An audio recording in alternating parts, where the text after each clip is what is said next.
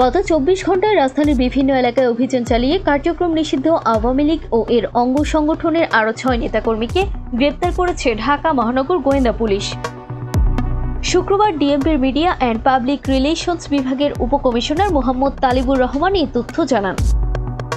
DMP জানিয়েছে, গ্রেপ্তার ব্যক্তিদের বিরুদ্ধে আইনগত ব্যবস্থা গ্রহণ প্রক্রিয়াধীন রয়েছে।